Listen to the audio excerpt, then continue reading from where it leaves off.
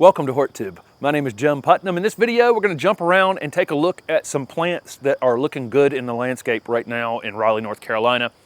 A few things we haven't looked at in a little while. It seems like sometimes you can turn on the camera and show the same things over and over and over again. This highlights Thuja here is just looking absolutely amazing.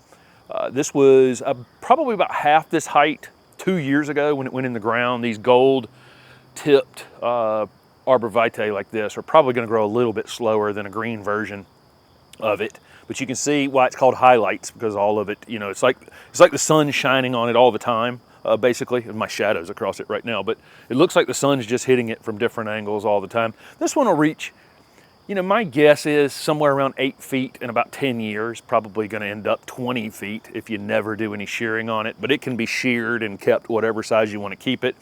Perfect little corner foundation piece, someplace you need some height, and it's going to grow a little slower than, you know, full green emerald, like an emerald green Arborvitae. Think of this as emerald green Arborvitae, but with gold highlights on it.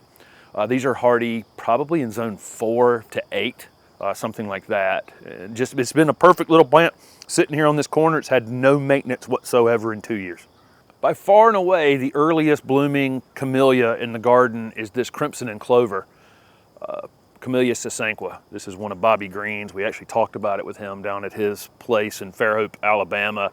Really interesting variety, because here, when it starts blooming in September, the flowers are a little bit more red, really dark, and they become a different color as the nights are cooler later in the fall, between red and kind of a burgundy color. There's tons of buds on it, but they start opening up, you know, earlier than any. There's no other Camellia sasanqua in the garden here that has an open flower on it. They're all loaded up with flower buds, but this one starts opening them as soon as we get a few cool nights. And again, there's a ton of buds on here, so they'll be blooming through October. And this, you know, again, and the flower color will change over that period of time. This one is in a hurry compared to most Camellia sasanquas. I mean, it's taller than I am back here. It'll get a little bit of a haircut in the late winter. It's stretching a bit because it's in a little bit too much shade, but you can see these more dwarf varieties out in front of it. There's a white shishi here and a light pink shishi. It's a double light pink and a double white variety. These won't start opening until October for us, for sure. Or maybe mid-October, but this one just gets going so early, and then it just, again, keeps blooming right through the fall.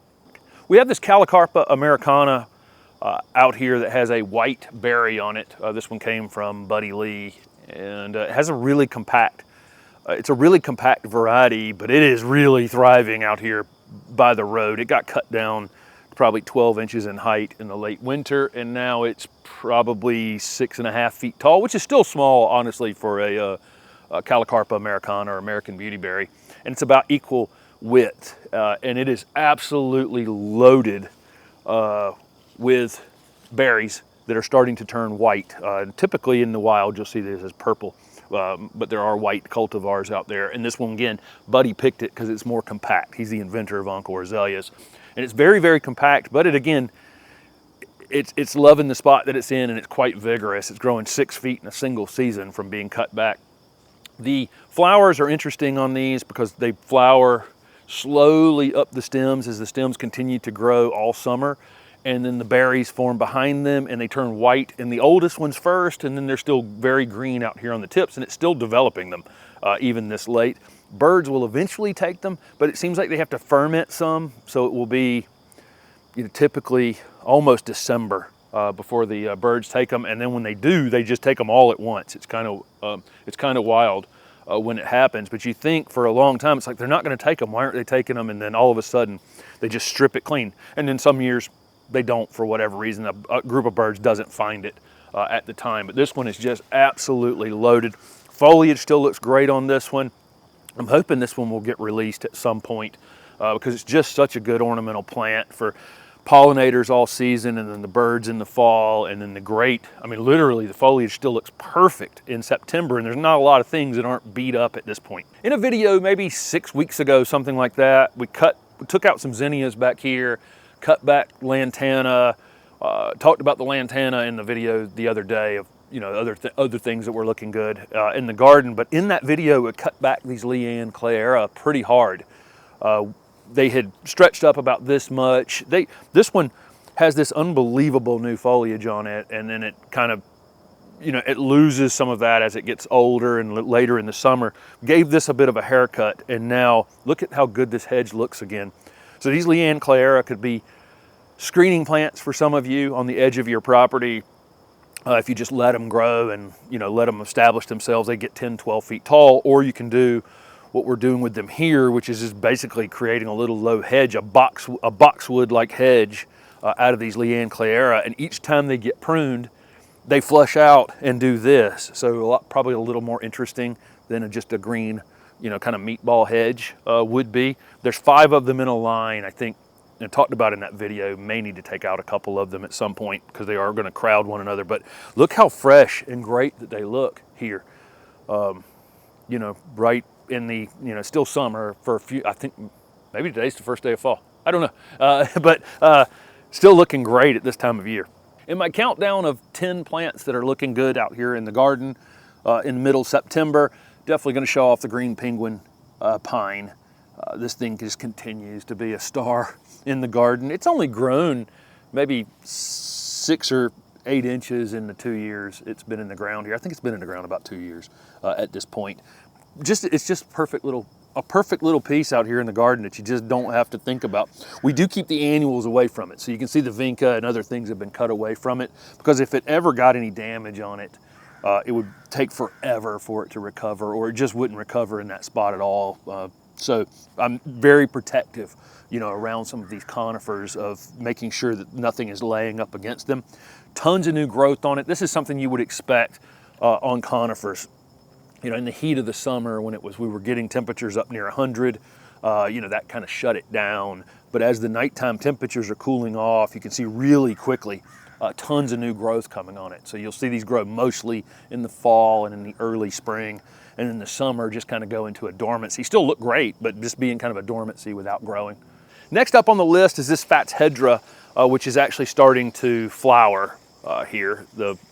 This is a sterile plant, so we won't get anything from this other than interesting open flowers, and they flower in this kind of alien form, just like Fatsia, which is one of the parents of this plant. So Fatshedera is a combination of Fatsia japonica, and we're about to see a Fatsia. That's one of the next things on the list, and Hedera helix, which is our you know, ivy, English ivy, which we think of as very invasive, but the combo of the two creates a sterile plant.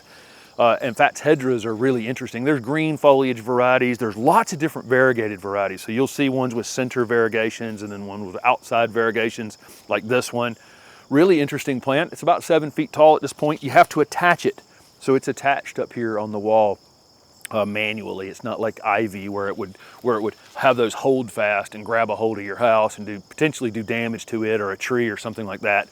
It has to be attached, or it can be used as a ground cover. It's not a great ground cover for, when I see it being used just flat on the ground, it seems to be less aggressive. It really does kind of want to grow vertically. It just can't support itself without being tied up in some way. It's evergreen. That December freeze last year was probably a pretty close call with this thing, going from 60 degrees down to 13, you know, in an afternoon. That's a close call with this because it's marginally hardy here in zone 7. But if you put it up against a house, put it in a place where it's not going to get the winter wind, you know, beaten on it, then it survived just fine. And again, these things tend to bloom in the fall with these really interesting alien-like buds that open up white. One of the parents of that Fatshedera is Fatsia japonica.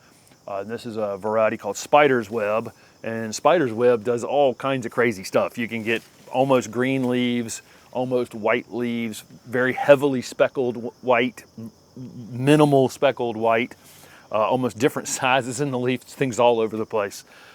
This is one, if you've been following the channel, I tried to kill it when I put it in the ground, because I put it in the ground in November, and I always talk about not planting marginal plants in November, and I did it anyway, or in the fall and winter, and it got stunted, but here it is a year and a half later. It's really come back out of that. It is absolutely loaded up. These right up here in the top growth on this, you can see right here, this is the beginning of it starting to form those flower buds. And so it's going to be a minute. It'll be almost November before we see any flowers on this, but it'll also have those little alien looking spikes on them. Pollinators love these. This is a great plant for pollinators in the mid to late fall. I don't see many native bees on these. I typically see honeybees on them, but when I've seen them in bloom in November, it's just honeybees over every single little flower in those little clusters.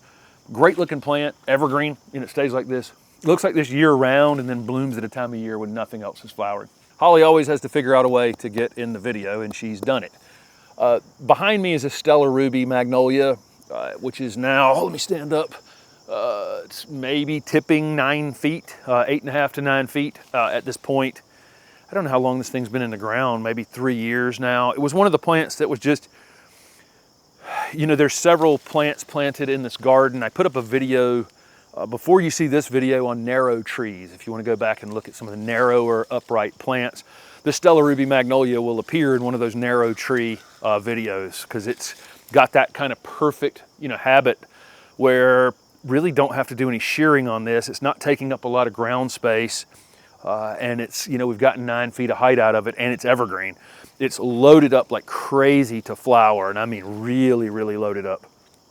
Every stem has 8, 10 flower buds on it, something like that. As you see, this thing has not been touched in the 3 years. I think it's been probably 3 years it's been in the ground. It was only maybe 2.5, 3 feet tall when it went in.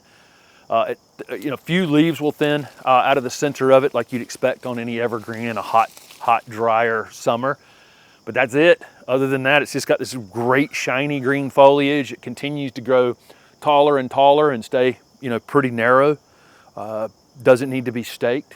It's rigidly upright. I can't say enough about it. It's just a perfect plant, in a bed to give me some vertical space, and then I can plant other lower things around it, including annuals, perennials, whatever. And it still has this backdrop all winter long.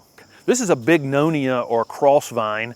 I put up a video a year or so ago, found this at Lowe's in the clearance area for pretty much nothing. This is Dahlia, our neighbor's puppy over here, and Holly's giving the full inspection.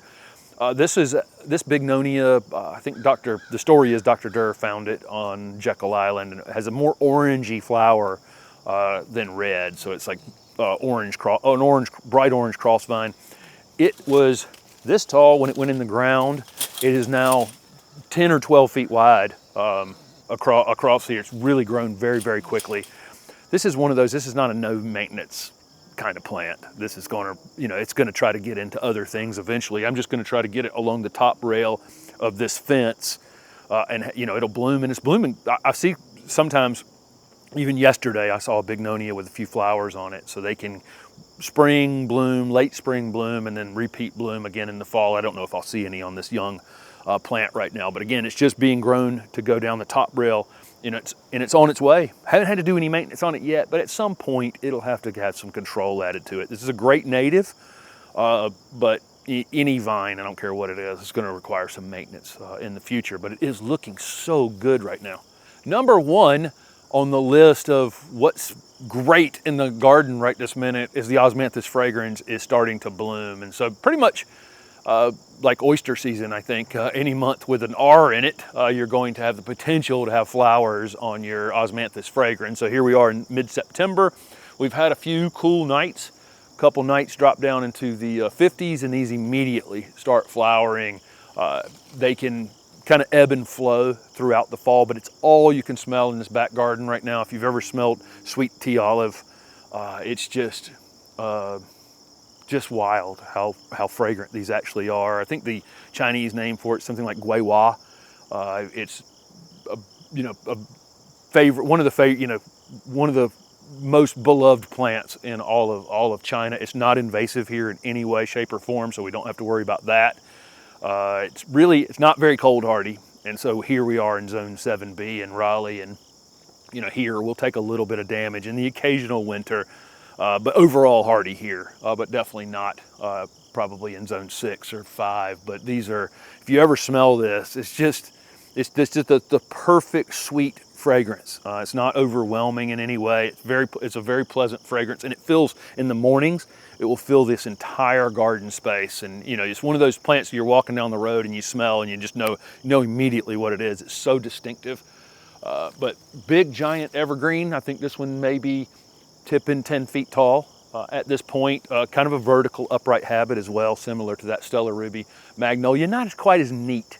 You know, that plant has definitely been picked for its uniformity. You won't see that kind of uniformity in Osmanthus fragrans, although the foliage does look great.